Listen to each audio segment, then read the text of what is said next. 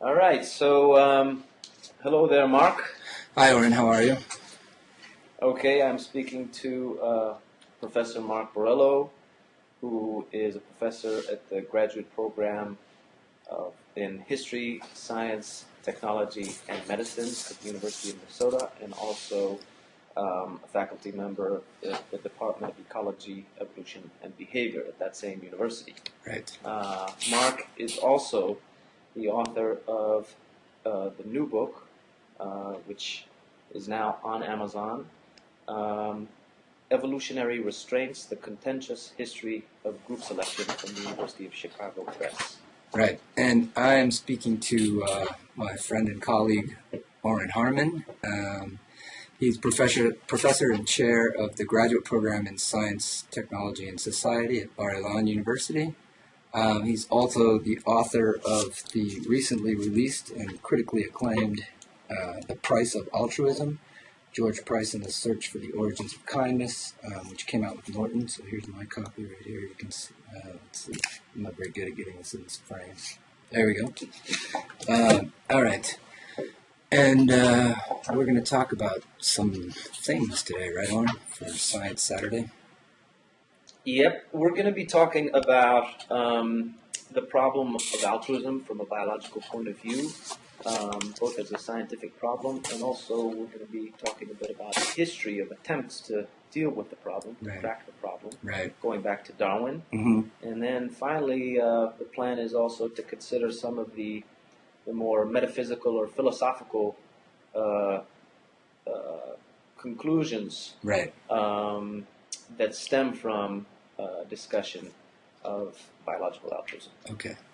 So as you said, we're going to start out with the problem, right? So what was it that struck Darwin and perhaps others with respect to this question of altruism in nature? And maybe what we need to do first is to talk a little bit about what that means or what that meant in a biological context at the time. Okay, so the problem. Okay, so altruism is an issue that humanity has been thinking about from the beginning of time, I would say. And obviously, different traditions offer different explanations for the phenomenon. So historically, religious traditions have spoken about. The question is basically where does sacrifice come from? Mm-hmm. Where does the ability to give to the other whilst paying a personal price? Where does that come from? Why does it make sense? Why do humans partake in this? So it began as a question that having to do with human beings. And different religions offer the notion of goodness or sacrifice coming by a revelation. In other words, God created humankind in His own image. And therefore, the humankind is able to partake in altruistic behavior. Because they've been urged to do so in Scripture. Exactly.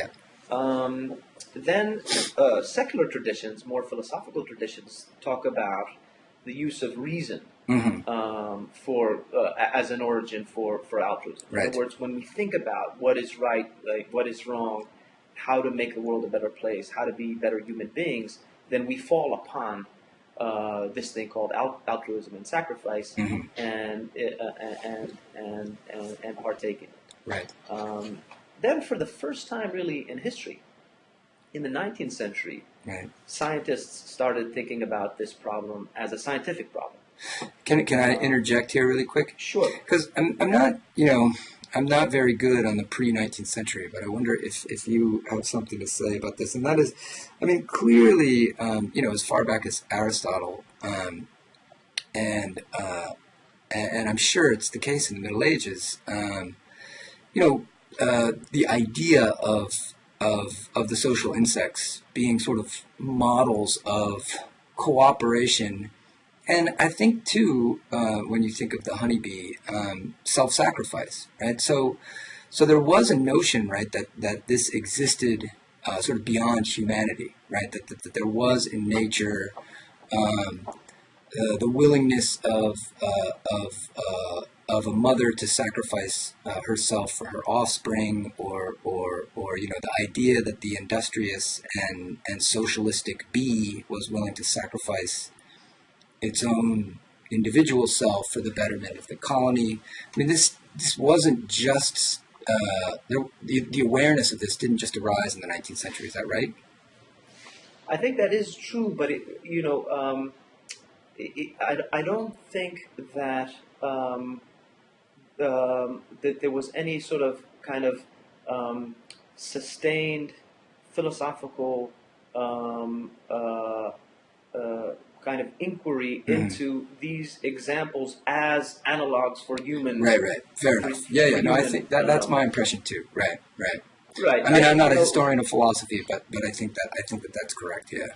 Right. I mean, the locus where scientists of a certain kind, economists or people looking at the market, actually encountered altruism was really sort of in the forces of the market, the economic forces. So someone like Bernard de Mandeville, the poet, said, every part full of vice, the whole mass of paradise. How does that happen economically speaking? Obviously, that this feeds into a tradition going back to Adam Smith and then northward into the 18th, 19th, 20th century, of trying to figure out how it is that selfish units actually create cooperation, bring about cooperation, while acting selfishly.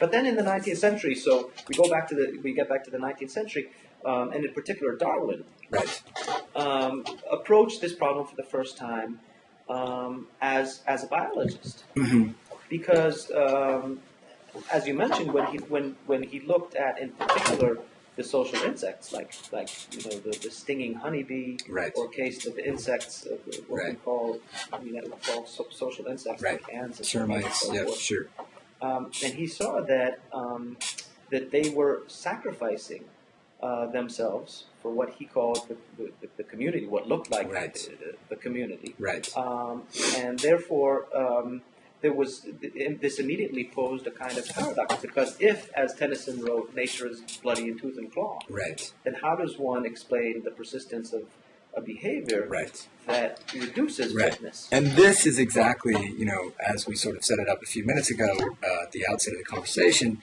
I mean, this is what becomes, quote unquote, the problem of altruism, is that, wait a second, once we take this kind of Darwinian view of nature, which, of course, as I'm sure we'll discuss, Darwin didn't have this view exclusively, that competition is what's driving things and self-interest is what's primary, then you have this problem of explaining this, what is now paradoxical behavior. Wait a second, that individual is doing something that is costly to him or herself as an individual.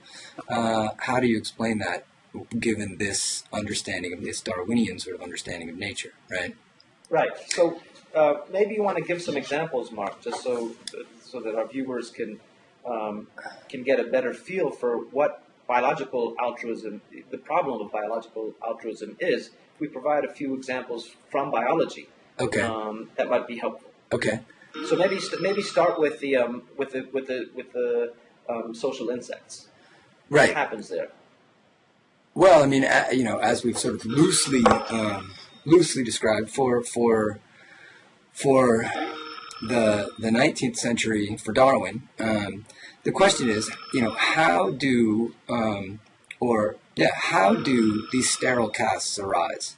If what sort of natural selection and descent with modification is driving to produce are fit individuals who have lots of offspring, who then have lots more offspring, and that's sort of the definition of success.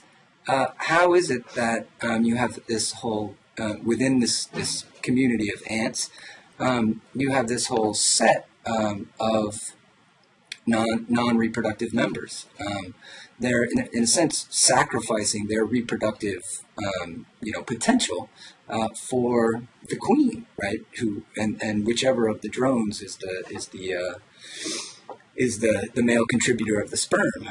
Now this is exactly the conundrum. Wait a second, how does that happen? And then for Darwin, it was also a question of how these very different morphs, the soldier with the massive jaws. I think you have a really nice example of the honeypot ants. And do you want to describe that one in your book? Well, so there's a case within the honeypot ant species whose sole sort of behavior in life is to hang upside down. Right. With a sort of bloated belly full of sugared water, right? So as to be tapped by the progeny of the queen when they're thirsty. So right. basically, imagine that. I mean, so translate that to a human being. Right. All you do is basically you're a wet nurse. You're a what? You're a wet nurse. Yeah, you're a wet nurse. That's what you do. all you do. Right.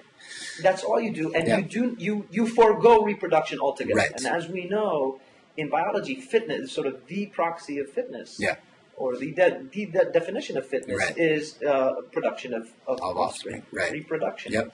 Well, so these entire castes do not reproduce. Exactly. And then the other question, again, for Darwin makes this complicated, is that if these are non-reproductive, how is it that the honeypot morph, that particular type, keeps showing up? How is selection achieving that, right? Because this right. honeypot and individual today, is not having offspring, right? Right, and Darwin may not have known this so specifically, but right. today we know that that eusociality is pretty rare in nature, and probably came about. It was invented, quote unquote, by natural selection about between 10 and 20 times, right. In different species, right. And in fact, only 2% of all insects are eusocial, right. but an entire 2/3 of the insect biomass comes represents from is represented by the so it's not only yeah. how did it come, but why is it so successful? It's incredibly successful, right? Yeah, I mean, and again, speaking in sort of Darwinian biological terms, these are it's odd to think about what a successful species is, or what a I mean, obviously failure might be extinction, but if there's a small lineage that remains in existence for 500 million years, is that more or less successful than a totally prolific one that takes over the whole biomass, but is only around for 50 million years? I don't know, but that's a different conversation. I think. Okay, so the eusocial insects are one example. Right. I'd like to provide another example, which is one of my favorites, yeah. because when we think of altruism, then altruism for us has connotations of sort of a very lofty moral sense. And so right. I always like to mention the lowly amoeba Discotelium. Oh, right. Which is a great altruist. Yes. The Discotelium is a great altruist. What happens with this tiny amoeba is that usually it is a autonomous single-celled right. organism. Free-living individual organism. Free living, right. Which does very well, sort of, yep. In the soil, in the forest. But when resources are very low, it emits a kind of chemical signal, a cyclic AMP, which creates a gradient. Right. And all the other sort of autonomous discoteliums individual in free the soil living in folks that area now begin to converge. Right. On that gradient. Right. And what happens is they come together and they create a slug right. from their single-celled bodies. Yep. And now these formerly autonomous individuals are now basically cells right. in an autonomous slug. Yep, they're components of a collective individual, right? Exactly. Yeah. So they've lost their individuality. Right. And now this individual has its own autonomous behavior. Right. And what it does, it has sensors. It seeks out light and wind. Right. And when it reaches a place where there is enough light and wind, the top 20% of the cells, right. formerly autonomous discotelium, right. discoidiums, now create from their own bodies a kind of stalk, right. which allows the bottom 80% to shimmy up, to right. create an orb at the top. It looks right. almost like a lollipop. The fruiting body, right. And now this orb with all these different, they're now basically spores, right.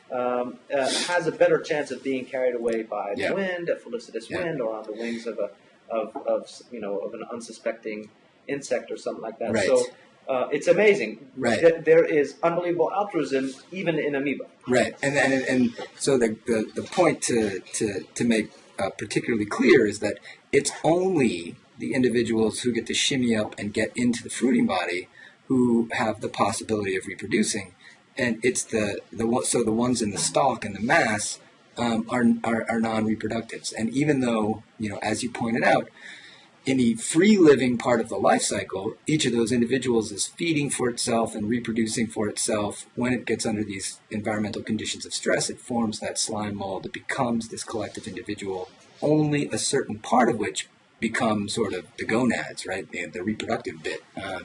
Right. The rest of them die. Exactly. Yeah, that's a fascinating system, and it raises all kinds of questions about what a biological organism or what a biological individual is, right?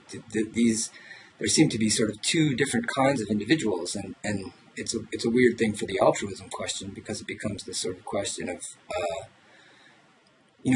our own tissues, our own cells, sacrificing themselves for the betterment of us. They're not when they reproduce out of control, then they're cancer.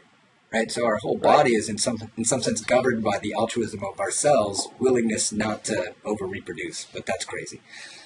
Right. So now, just in parentheses, because this is something that we'll get back to a little bit later, right, about discotelium. So we've described the species where you have this unbelievable sacrifice on the part of a certain percentage right, of the population. Right. But what's funny is, and again we'll get back to this later in our discussion, is that this is true when all of the discotelium are basically clones of one another. Right. And recently there's been a sort of a nice experiment which shows that what happens when you take two different clones, right, and you create a gradient and mix them together and allow them to converge on the gradient. Right. So what actually happens is this incredibly exalted altruist now becomes a fierce right, nationalist, so to speak. And right, and these two clones are fighting each other not to yeah, be the top 20% that have to sacrifice. Right. So again, this off the bat sort of also illustrates something that we will come back to, which is central to the problem of altruism, is the conflict between the individual and the group. Right. Right. When it comes to altruistic behavior. Right. Within the group, it actually sort of makes sense to be altruistic because everyone is enjoying the cooperation. But when you're competing with another group, then sorry, I got that exactly wrong. Right, yeah. Within the group, it makes sense to look out for yourself. To look out for yourself, because if you're an altruist, you're paying some kind of a tax. Right. And if you're not an altruist, you can you're not paying freeload. a tax. Right.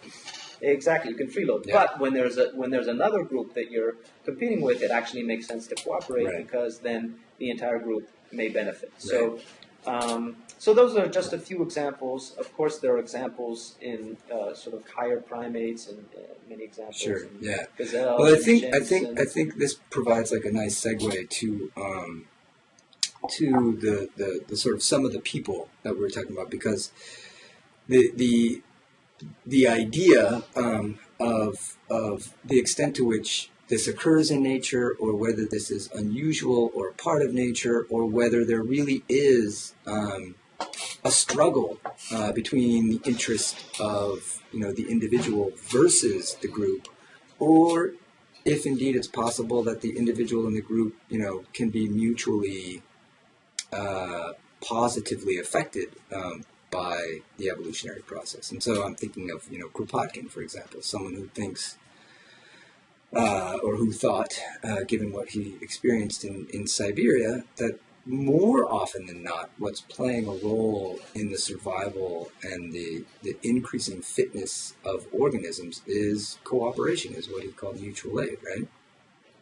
Right, so Kropotkin, really, the two great interlocutors in this debate after Darwin happen to be two great followers of Darwin. Right. T.H. Huxley in England, and Kropotkin in Russia. Right. Both of them thought that Darwin was a genius, but incredibly, they thought that his message was almost diametrically the opposite. Yeah, they had almost sort of mutually exclusive views of what was what Darwinism really Right, was. and Right. right. So the question that they're asking is, should we look for moral origins in nature Right. when it comes to mankind? Right. And Huxley basically said, Absolutely not. Absolutely not. You Right. look at nature, and what you see is one great cacophonous battle. Right. It's all about struggle. Right. It's really red in tooth and claw. Right. There's no solace in nature. Yeah. It's just the very heavy-handed sort of hammer of necessity, Yeah. meaning natural selection. Right. It's so the one that Kropotkin actually responds to is the 1888 paper where he likens nature to a gladiator show, right? But he says, Exactly. you need not put thumbs up or thumbs down because no quarter is given, right? I mean, it's just the losing gladiator dies every time. There's no, Right. you don't need to look to And- Caesar or look to the mob. It's always the same. Right, but whereas Kropotkin, when he actually went to look at nature, Right. he did it in a very different place. Yep. Huxley had been in the tropics, Right. Huxley was which on are very the, dense on and the rattlesnake, right? and very different from the cold reaches of Siberia, Exactly. where Kropotkin did his sort of observations, Mhm. made his observations of Right. animal behavior, and what Kropotkin saw wherever he looked was actually that the harsh elements, drive animals and plants also towards cooperation Right, with one another. right. Because basically they perceive that they're able to aid one another Right. in fighting against Right. the difficult elements. They have to sort So- of work together to eke out an existence under these extreme circumstances. Exactly. So it's an interesting case in the history of science where studying the same problem in two different areas Right. of the globe, Yeah. in two different ecosystems. Right. Two scientists, both of whom consider themselves to be, strict Darwinists, reached opposite opposite conclusions, and their sort of metaphysics or their politics, which they culled from these scientific conclusions, Mhm.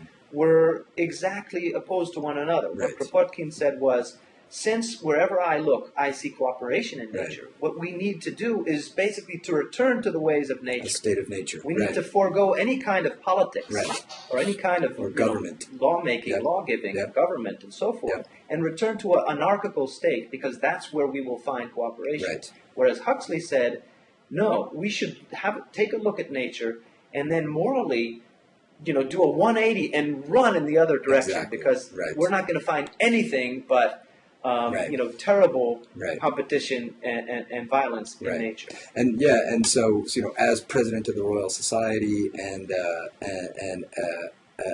sort of a mover and shaker in educational reform, Huxley is arguing for intervention and aid, etc., right, to alleviate these sort of negative effects of our natural state. Whereas Kropotkin is involved in lecturing to workers' movements, etc., about how we need to throw off the shackles of government and allow the natural state to sort of reassert itself, right? The natural Right, and state all the of while harmony sort of, and cooperation. Exactly, and all the while escaping the talons of the Tsar, Right. who are after him.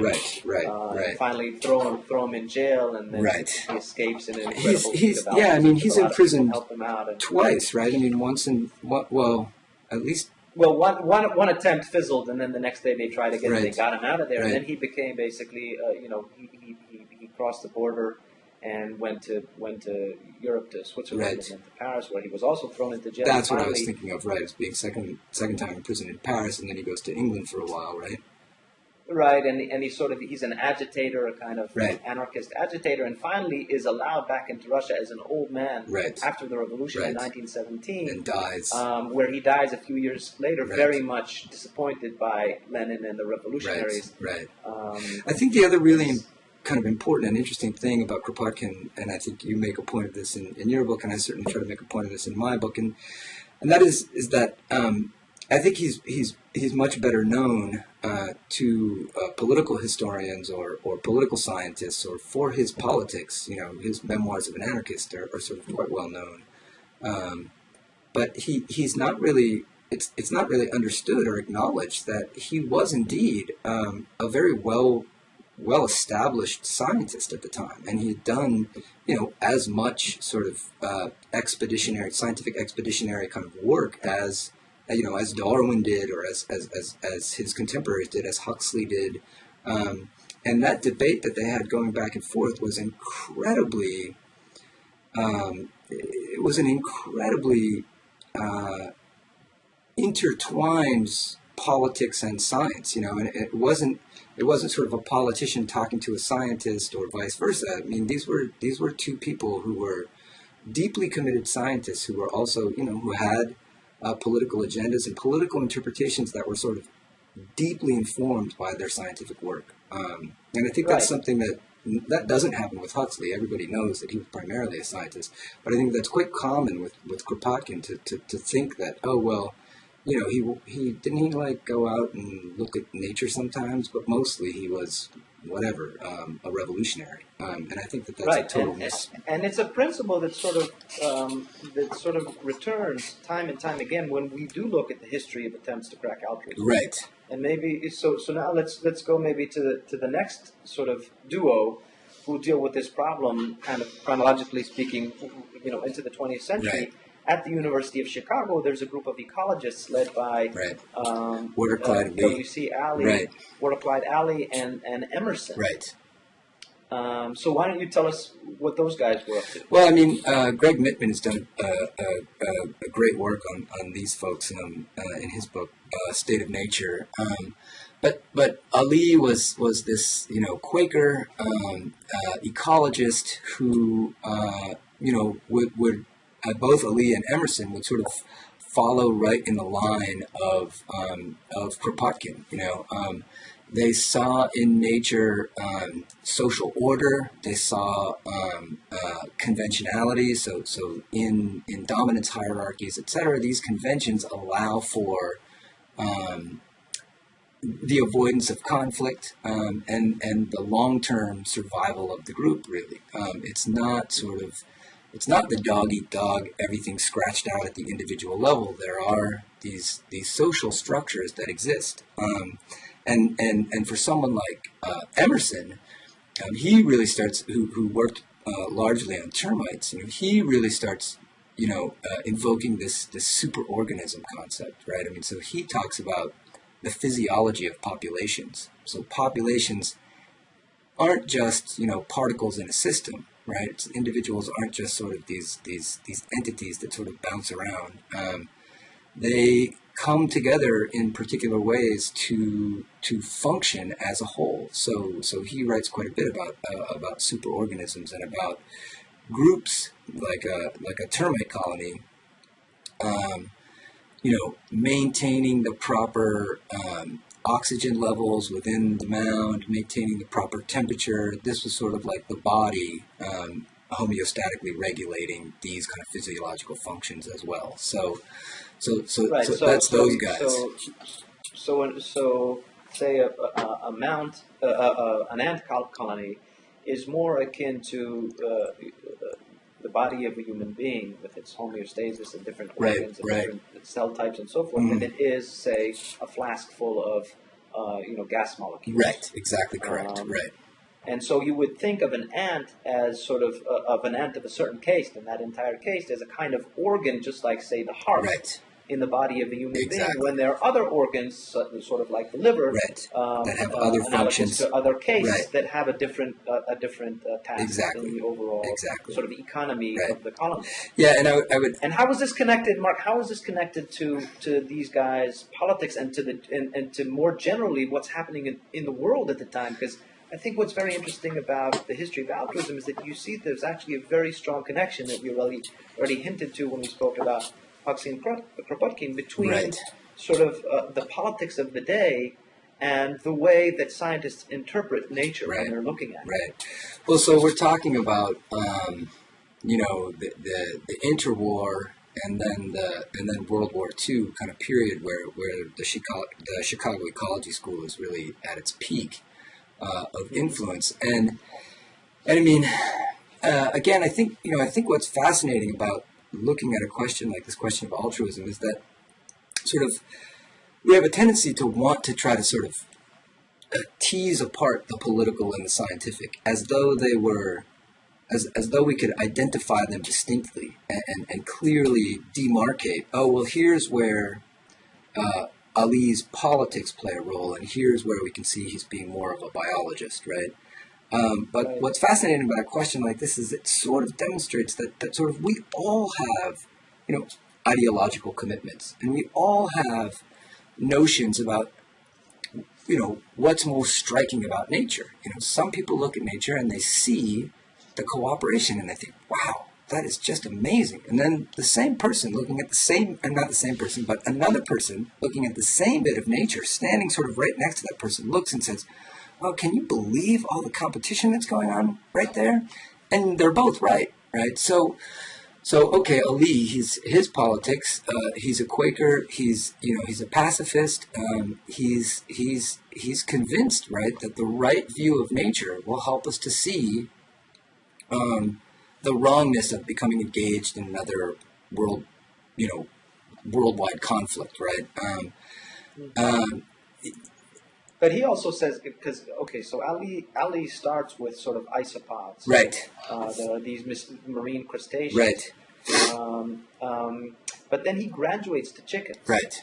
And he sees that in chickens Right. we actually do have hierarchy. Yes. We do have a lot of sort of what you would call kind of competition. Right. As opposed to the kind of aggregations that you find in these marine invertebrates. Right. So they're almost like two economies of nature that he's looking at. And what he's saying is we belong as human beings, as Homo sapiens, to the second economy, the economy of vertebrates. Right. And what we need to do in order to safeguard world peace, basically. Mm-hmm. He writes this in an article, of all places, in the New Republic. Mm-hmm. Between the wars, Right. he says, fascism is ascendant. What we need to do is and this is a direct quotation, to return to the ways of the starfish. So, as you said, Right. very much politics and interpretation of scientific results are enmeshed and intertwined. Yeah. And this really does, if history is a guide to anything, it calls into question what really coagulated, most strongly after World War II, after Hitler and the atom bomb, into what I call basically, the myth of disinterested science, Right. or the myth Right. of the disinterested scientist, as Right. if the scientist has some kind of motive behind his or her scientific work, then necessarily that sullies the results. Right. That's the myth. Yeah, it is. And what we see is that there are always Sure. motivations, and how we see the world is always Sure. colored by what we think is right and wrong. Yeah. But that doesn't mean that the results necessarily are sullied. It just means that we're human beings. Right. Well, so I think what's interesting about the influence of the Chicago School, right, is that so they write, Principles of Ecology, which becomes the standard text in it, and in the post-war era, there's a lot of sort of the good of the species kind of arguing that's persisting despite what the population geneticists have, or at least Haldane and Fisher have tried to achieve by focusing natural selection on the individual. And I think there's sort of the backlash to Ali and Emerson and Park is, this increasing attempt to explain social behavior at the individual level, right? So that's what starts happening in the late 50s and early 60s.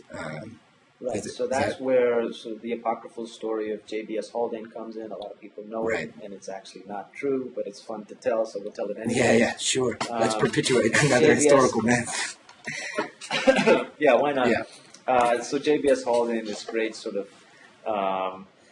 the last man who knew everything. Physical specimen. Right. It looked like an alert walrus. Biography wrote he had this big mustache. He was really rather robust and went balding at a certain point in his life. came from Scottish extraction, Right. Aristocratic, and so forth, was known for being a great political speech giver and aggravator, for being a children's book writer, biochemist, mathematical population geneticist, physiologist, and so forth. And he is known to have sort of slouched over his 15th beer or something like that in a pub in London, said, I would give my life for 2 brothers and 8 cousins, basically sketching out the logic of what would later be called by Richard Dawkins, the selfish gene logic. Right. But the guy who came after Haldane, because Haldane really didn't do all that much. Right, he never developed that mathematics. Mathematically speaking, there are nods, but the person who did was Hamilton. So why don't you tell us about Hamilton? Well, I don't know. I think maybe. So let me interject. I'll say something about Wynne Edwards. Because he's 1962, and then we can talk about Hamilton after that, and I'll let you sort of start out with Hamilton. But what's interesting is so the population geneticists are kind of going a little bit back and forth, mostly or up and down, let's say, because down is the individual level, and that's where most of the population genetics is happening. So Haldane and Fisher, but Wright, Sewell Wright, the American who was at Chicago with the Lee and Emerson and others, was thinking about structured populations and was thinking about the possibility and had modeled mathematically the possibility of selection acting at higher levels. So the good of the species things had a little bit of mathematical support, but Wright's mathematics was sort of famously obscure. Meanwhile, the interest in altruism never goes away, and there's a British Oxford-trained sort of ornithologist, ecologist, behavioral biologist type named V.C. Wynne Edwards, who in the mid-1950s is talking about homeostatic population regulation among varied. And this is the guy who's at the center of your new book, Evolutionary Respect. Right. So Wynne Edwards, publishes his first paper in 1923. 1927, and his last paper in 1993, and he's always interested in population.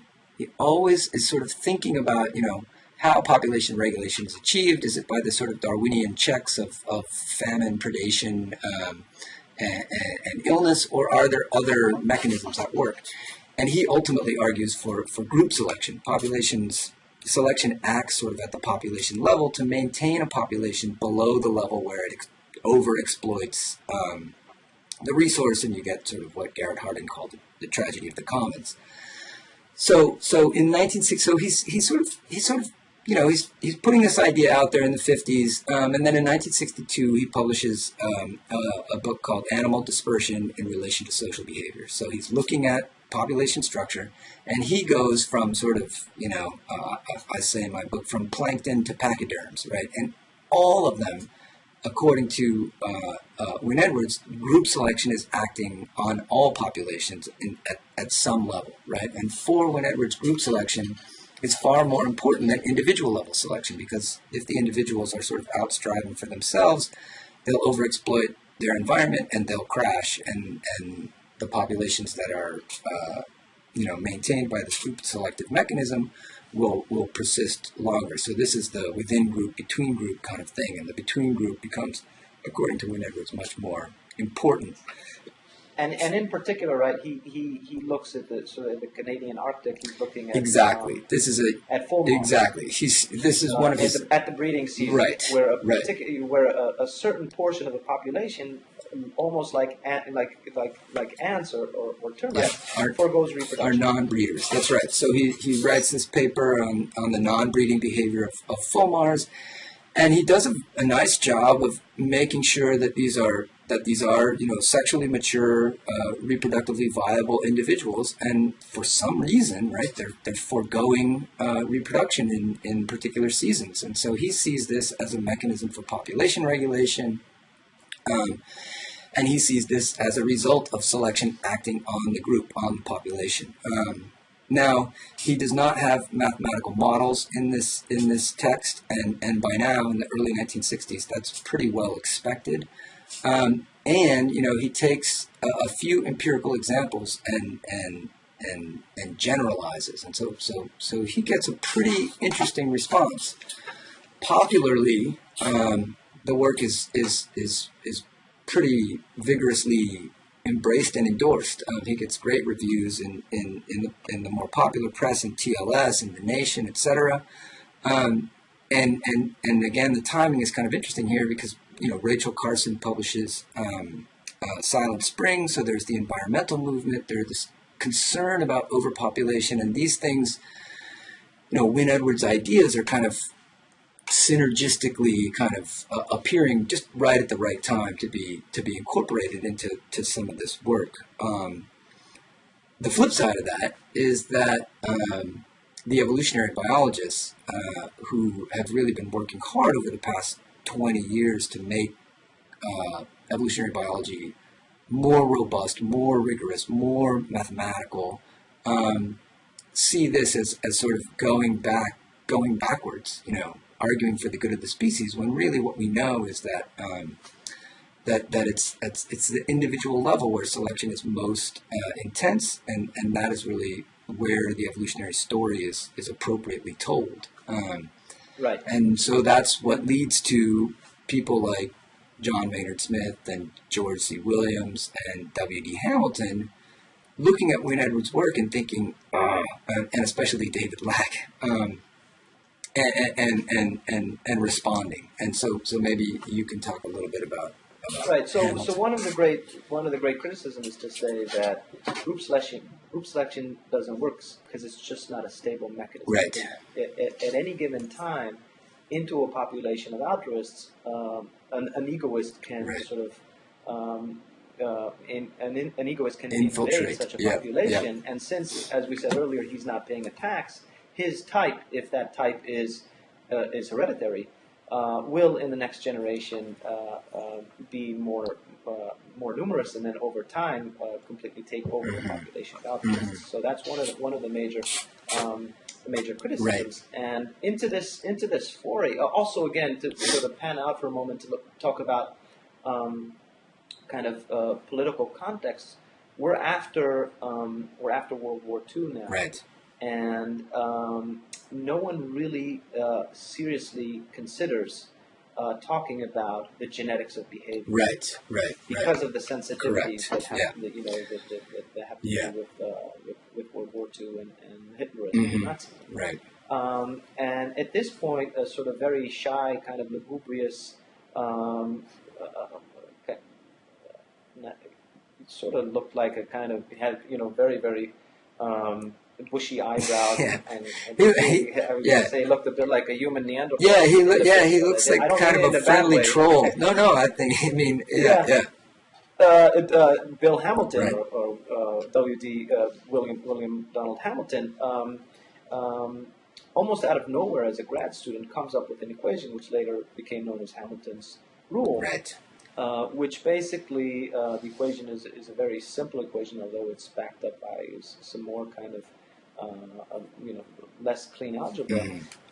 Basically, the notion of relatedness times benefit is greater than when relatedness times benefit is greater than the cost of an altruistic behavior. Altruistic behavior can evolve. Right. And so this is what becomes known as the gene's eye point of view. Right. That when you look at case, this is ostensibly a solution to Darwin's paradox. Right. When you look at eusocial insects, right. And when looking at them, that because of a quirk of their reproductive system, right. whereby females are more closely related to their sisters than they would be to their progeny, right. It actually makes sense from the point of view of the gene that eusocial behavior will evolve. Right. And he calls this inclusive fitness. Right. John Maynard Smith around the same time, and kind of sort of a little bit kind of dodgy, under dodgy circumstances. Calls it kin selection. Right. Kin selection is really sort of the term that sticks. Right. And it looks as if for a while, even though for about 10 years, and I think someone wrote a paper showing this, for about 10 years the paper was completely overlooked. Right. Nobody but then cited when it. it was when it was looked at again in the 70s, it really seemed to be, to many people studying these issues, a solution to the problem. Right. Namely, that genetic relatedness or kin selection is to a large extent behind the mechanism, even though it's not Right. really a mechanism. Right. It's more like an accounting kind of tool. Right. But it is able. This tool is able to explain for us the evolution of altruism. Right. Now, at the same time, it's clear that there's a lot of altruism that happens in nature which is not between related individuals. Right. Right.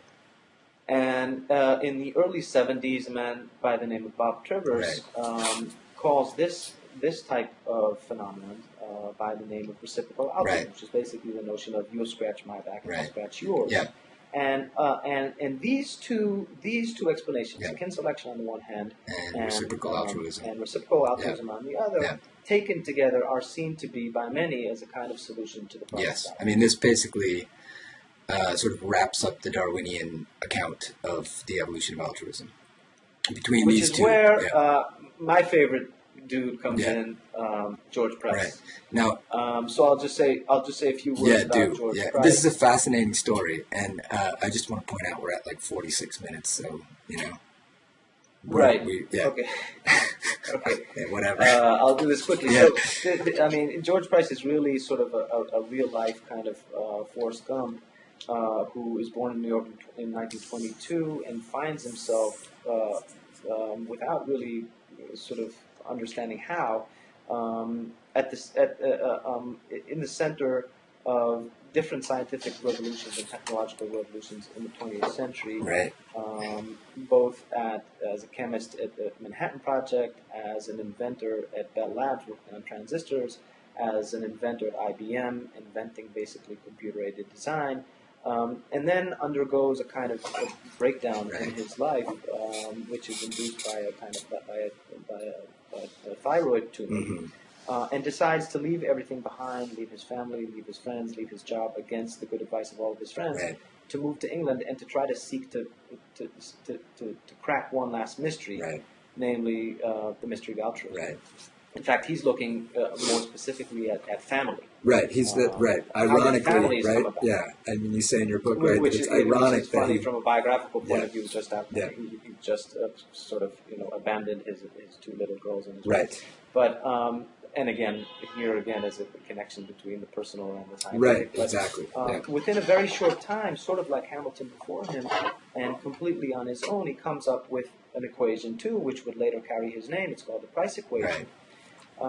Which is a very, very general, but also a very deep treatment of the dynamic of natural selection, and which he almost immediately understood could do something that none of the treatments of altruism could do before, and that was to look at the problem from the point of view of simultaneous levels. Right.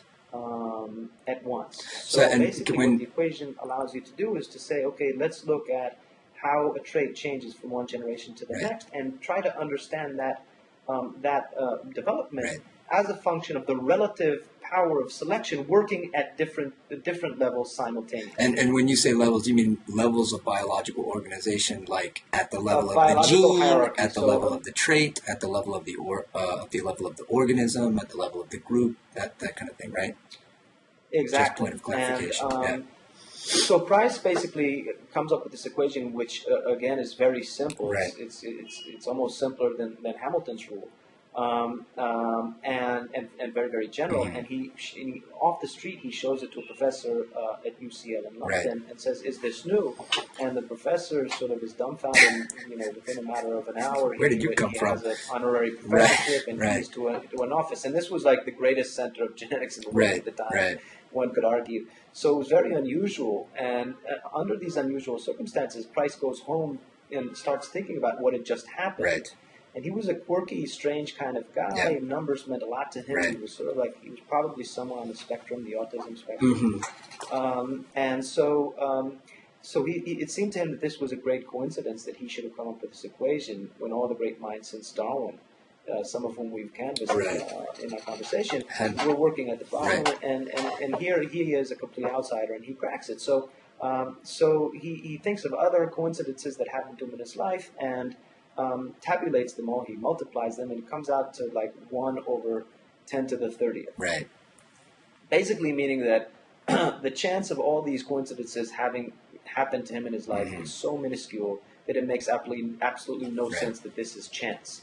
So he does what the only thing that his sort of very special and different rationalist mind allows him to do, and that is he runs out of his apartment into All Souls at Langham, into the church, and becomes an evangelical Christian on the spot, having come to the conclusion that God has obviously chosen him to This tell was a the miracle. world some kind of truth about the origins of science. So we don't have to talk more about Price because we have about 10 minutes to go. But Price is sort of one of the last of a series of historical characters in a saga which is ongoing. Yes. Yeah. Who's interesting from the point of view of bringing together all the different perspectives and in a way sort of fitting them all into one equation. Right. This today is known as multi-level selection theory. Right. And there are proponents of multi-selection theory who continue to argue with people who are not proponents of multi-selection theory. So this brings us maybe to the next section, which is to talk about how we study altruism today. Right. So you want to say something? Or? Well, I mean, it's funny. I mean, because you started out with the example of dictostelium, right? Dictostelium discoideum, and what a weird thing, right? To think that we study altruism in microbes, in single-celled organisms. I mean, it just doesn't resonate or doesn't make sense to people. And yet, we can use these populations to test and see whether the individual microbes are contributing to the benefit of the group versus themselves, and we can manipulate their environments, and we can do all of this in a chemostat, and we can have these things evolve much more quickly because the populations reproduce so quickly. But it doesn't, one of the things I was saying to you in the sort of prefatory conversation that we had before we sort of pushed record is the idea that, the problem of altruism is not a problem, right, that George Price is going to solve, or Charles Darwin is going to solve, or Wayne Edwards is going to solve, or W.D. Hamilton is going to solve. Because, I mean, as you do so well in the last couple chapters of your book, is to again show this kind of inextricable sort of nature of the what's the proper dichotomy of science and sort of everything else. And the everything else, there's a tendency for us to think, well, once we get the scientific answer, the everything else doesn't really matter. And I think what the altruism problem shows is that even when we get the scientific answer, if the Price equation is, considered to be an answer in some ways, this is not sufficient, right? And you kind of call it Wittgenstein's wall, right? What we cannot talk about, we must pass over in silence. Right. I think. I mean, I think both of us don't want to give the impression to the listeners that there is a hard and fast connection between, say, altruism in ants and termites and amoeba and altruism in human beings. And maybe now is a place to sort of introduce the distinction between biological altruism and psychological altruism. Biological altruism, by definition, is any action whose result is the conferring of a benefit on another while paying a cost. Right. So biological altruism has nothing to do with intention. Right, exactly. It doesn't even subsume mind. Right. A discotilium discoideum has no intention. Yes. Right. Whereas in humans, what we call psychological altruism is all about mind. Intent it's all matters. about your intentions. That's right. And even less so the results. Right. So, for instance, if I help an old lady across the street, but she knows that I'm doing so because I'm interested, I've got my eye on her will. Right. Then she will rightly not view me as altruist. So it's all about intention. So these are two different things. But But of course, the interesting question is, the human mind that allows for altruistic behavior, psychological altruism, is also an organ like every other also organ, a product the of knee evolution. and the elbow Right. and the eye Yes. and the stomach. Right. And it has been sort of subject to the ruthless call of natural selection and the evolutionary process as well. Right. So the question is there any kind of like small connection between biological altruism and psychological altruism? Right. Or in other words, what is the connection between biological and sort of social evolution? Right.